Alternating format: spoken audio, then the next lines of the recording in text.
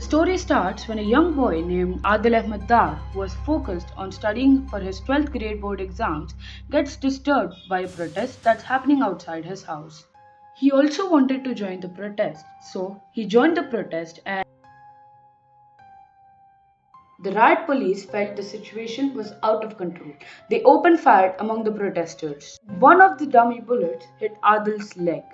Adil grew anger against the Indian army. March 18, 2018, the last time Adil's parents saw him. Adil met Mohammed Asir, the founder of the Jaish-e-mohammed terrorist organization. Adil explained him why he wanted to join the terrorist organization.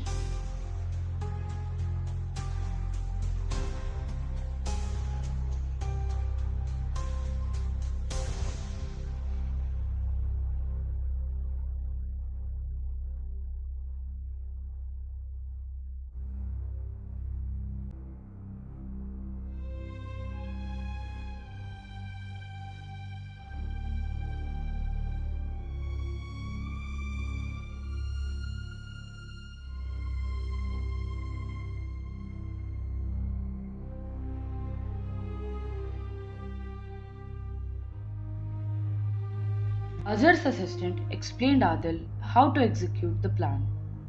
Adil was set to drive a van filled with explosives and 350 kgs of RDX and ram into a CRPF convoy bus.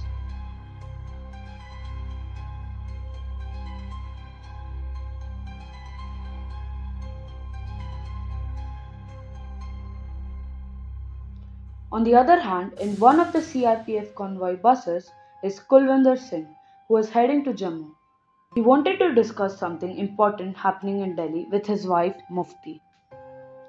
On the other hand, in one of the CRPF convoy buses is Kulwinder Singh, who was heading to Jammu.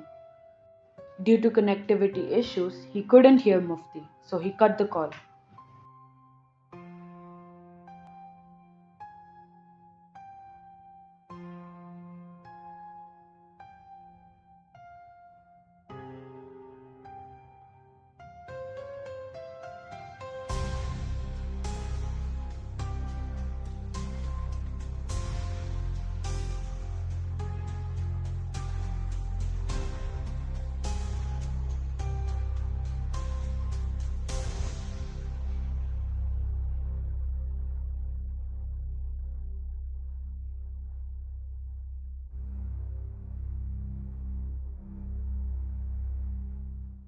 And then,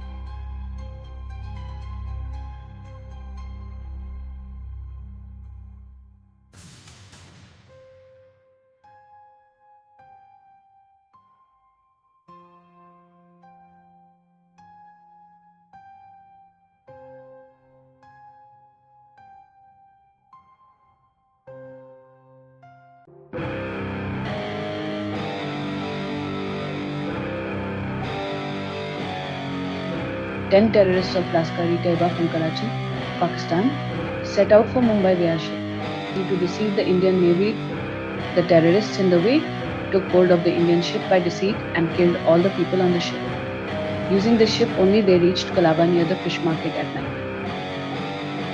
After reaching there, they split up into groups of 2, and after this they go to their targeted locations where they have to attack. Chhatrapati Shivaji Terminus.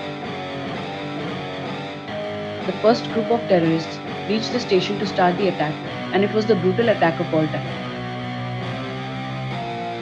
At that time, 2 terrorists came from the main hall and one of them was Kassab. They were holding an AK-47 and started firing continuously. Due to this, 58 innocent people were killed and more than 100 people were injured. Leopold Cafe. The group of terrorists targeted Leopold Cafe Most of the foreigners used to come to this cafe. All the people were eating with their friends. Then two terrorists entered the cafe and started firing at people. 10 people were killed in this attack. After this, both the terrorists went towards their main target, the Taj Mahal Hotel. Taj Mahal Hotel. These two terrorists met their other friends from the South Gate. The guests were sitting in the lobby and people were enjoying dinner with their family in the restaurant. Meanwhile, the terrorists first attacked the lobby and then started firing at the restaurant. After that, they entered the lift and went to the 6th floor. Because they aimed to kill as many VIP people as possible. In this attack, 31 people lost their lives and 28 people were injured. Nariman House. The last group of terrorists had targeted Nariman House inside the Jewish building.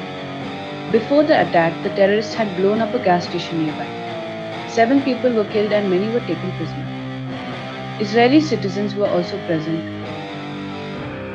Mumbai police was still unable to stop the terrorists. They get a tip that both terrorists at CST railway station are being seen going towards Kama Hospital. Police immediately leave for Kama Hospital. Kasab and his partner reach Kama Hospital. While seeing the terrorists, the staff of the hospital showed their intelligence and quickly locked the patients and their relatives in the suit out. After which they switched off the lights, due to which many lives were saved. By then, police also had arrived. 3 police personnel were martyred in the encounter between the police and the terrorists.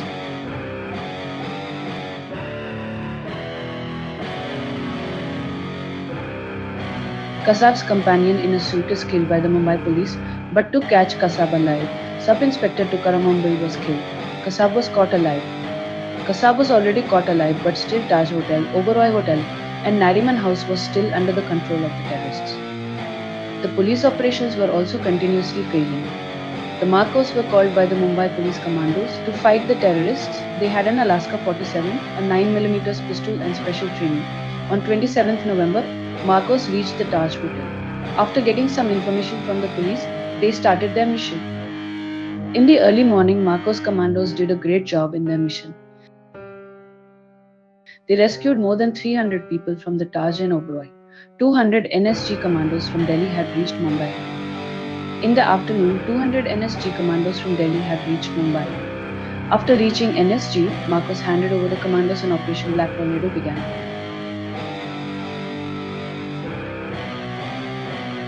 Colonel Sharon explained the layout of the hotel to his commandos and distributed his commandos among 2 teams. NSG's commandos entered the Taj Mahal Hotel. Major Sanjay Kanwal and Major Sandeep Krishnan were moving ahead from different directions. Major Joda was firing from the stairs, but he got injured. Major Sandeep Krishnan asked to save him. His last words were, "Don't follow me." As soon as Major moved forward to attack the first terrorist, he was shot later. Died in the firing. Taj Hotel was still under terrorist control. On 27th November, NSG made a plan to attack the Oberoi Hotel, planned a coordinated attack. The snipers were aiming at the terrorists from outside, while the commandos were moving inwards towards the terrorists. Around 8 in the night, the snipers spotted a terrorist and aimed at him. His first bullet hit the eyes of the first terrorist and went through the eye. The second bullet hit the dead body of the second terrorist near the bathroom.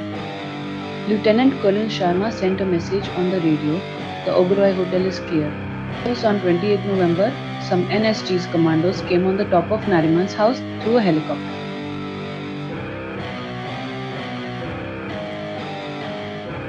But the Indian media was telecasting every step of the NSG's commandos.